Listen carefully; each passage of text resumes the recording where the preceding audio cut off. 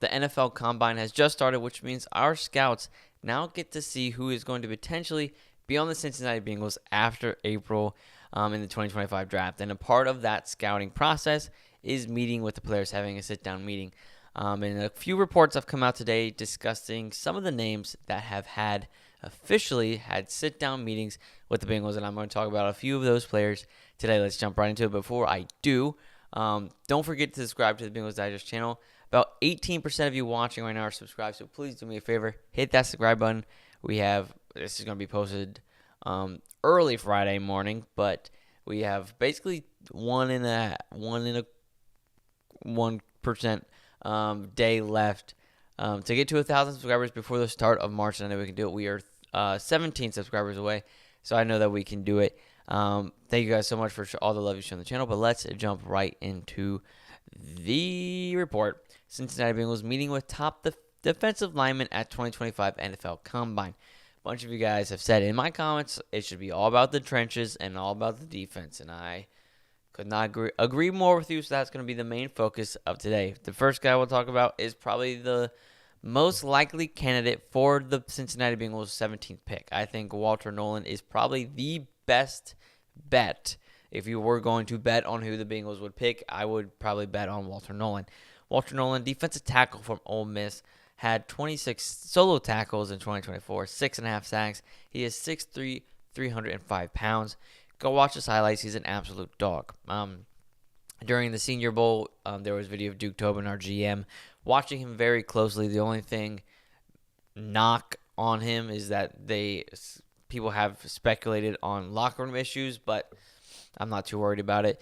I don't think it's anything too crazy. I think he knows his talent, he knows his skill sets, and he's not afraid to show it.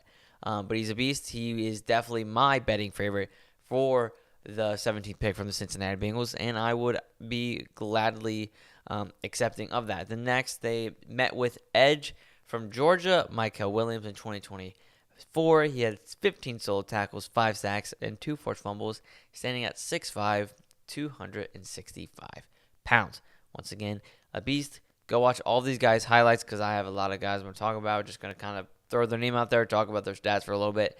Go watch their highlights. All these guys I'm talking about are dogs. All these guys will probably go in the first or second round. So if we want any of them, we would have to spend our first or second round pick on them. A lot of them likely our first round pick because they wouldn't fall far in the second round. So the second guy we met with was Michael Williams, edge rusher from Georgia. Moving on to the next, this will be fast.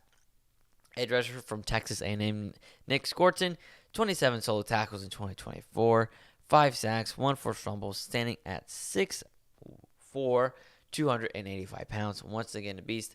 There's a lot of the rest of them are edge for the defensive line.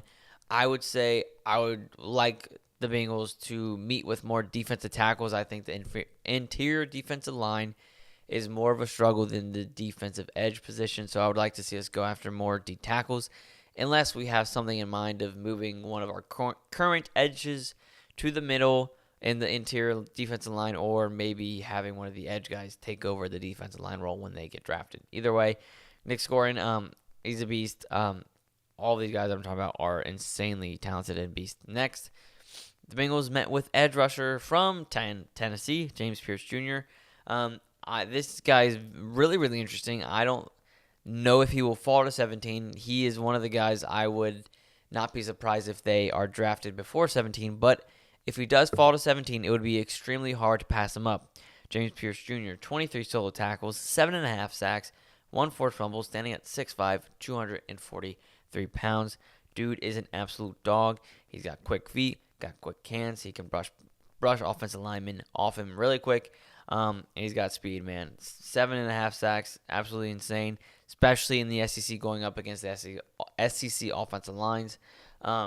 Same for all of these SEC guys. Absolutely insane what they do in their conference. Moving on to the next, another edge rusher from Texas A&M, the opposite side, Shamar Stewart, 14 solo tackles, 1.5 sacks, 1 forced fumble, stands at 6'6", tallest one of them all. 290 pounds. Once again, a beast. He's also he's on the bigger side, so he's not as quick and as fast or agile as James Pierce Jr. a type of edge rusher, but he's big. He's kind of like a Trey Hendrickson. He's big, and he might not have the quickest feet, but he knows how to use his feet to his advantage to get around the offensive line faster. And you really don't have to be that fast to get around offensive linemen, if you know what I'm saying. But Shamar Stewart would be a huge pickup at 17. And then finally, last but not least, for the edge rushers, we have, edge rusher for Marshall, Mike Green. This would be a really interesting pick.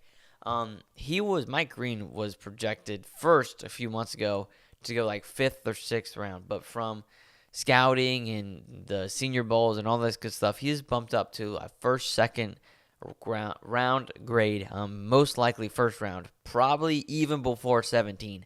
Mike Green might not be available at 17, but just like James Pierce Jr., if he's available at 17, it's going to be hard to say no. He's not in the SEC or a big conference like the Big Ten, SEC, or any of those conferences, but still insane stat line. Listen to this: 38 solo tackles, 17 sacks, 3 forced fumbles, standing at 6'4", 248 pounds. He didn't do it against the greatest competition in college, but he held his own in the Senior Bowl, going against one of the best, if not the best, tackles in this year's draft. Absolutely pancaked him, threw him to the ground, and got a sack against the quarterback. Not a real sack like the touch sack, but he's an absolute beast, insanely strong, insanely fast. Overall, probably the best overall everything wise, best edge in this draft, who could be potentially the steal of the draft. So if he falls to 17, it'll be really, really hard to say no to him. But that's what all the defensive linemen as of now the Cincinnati Bengals have met up with. Once again, going through them all again. Defensive tackle from Ole Miss, Walter Nolan, betting favorite for the Bengals, I would say. Edge rusher, Micah Williams from Georgia. Edge rusher, Nick Scorton from Texas A&M. Edge rusher, James Pierce Jr. from Tennessee. Edge rusher, Shamar Stewart from Texas A&M. And edge rusher from Marshall, Mike Green. Then going on to the next, Cincinnati Bengals meet with possible first-round draft target, Michael Starks.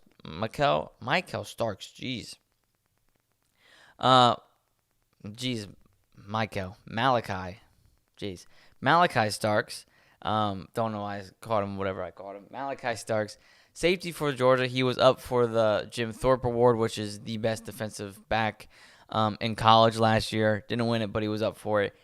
He's the best safety in this draft. A guy we talked about a lot is right after him, Xavier Watts. But Malachi Starks is the best safety in this draft.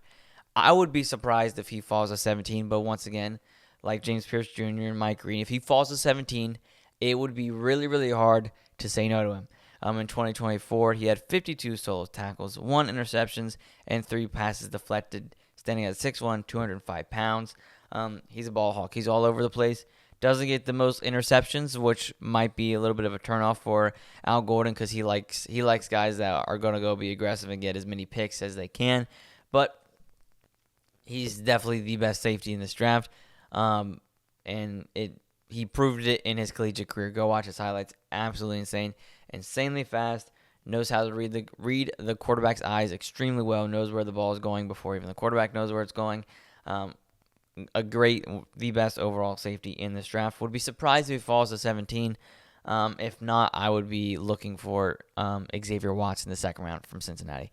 And then finally, but not least, a group of players that I have consistently talked about that you guys seem to get mad at every time I bring them up. But apparently the Cincinnati Bengals have been listening to the Bengals Digest channel because they met with the two guys I've talked about. Cincinnati Bengals met with top tight ends Tyler Warren and Colston Loveland at 2025 NFL Draft. So don't call me crazy.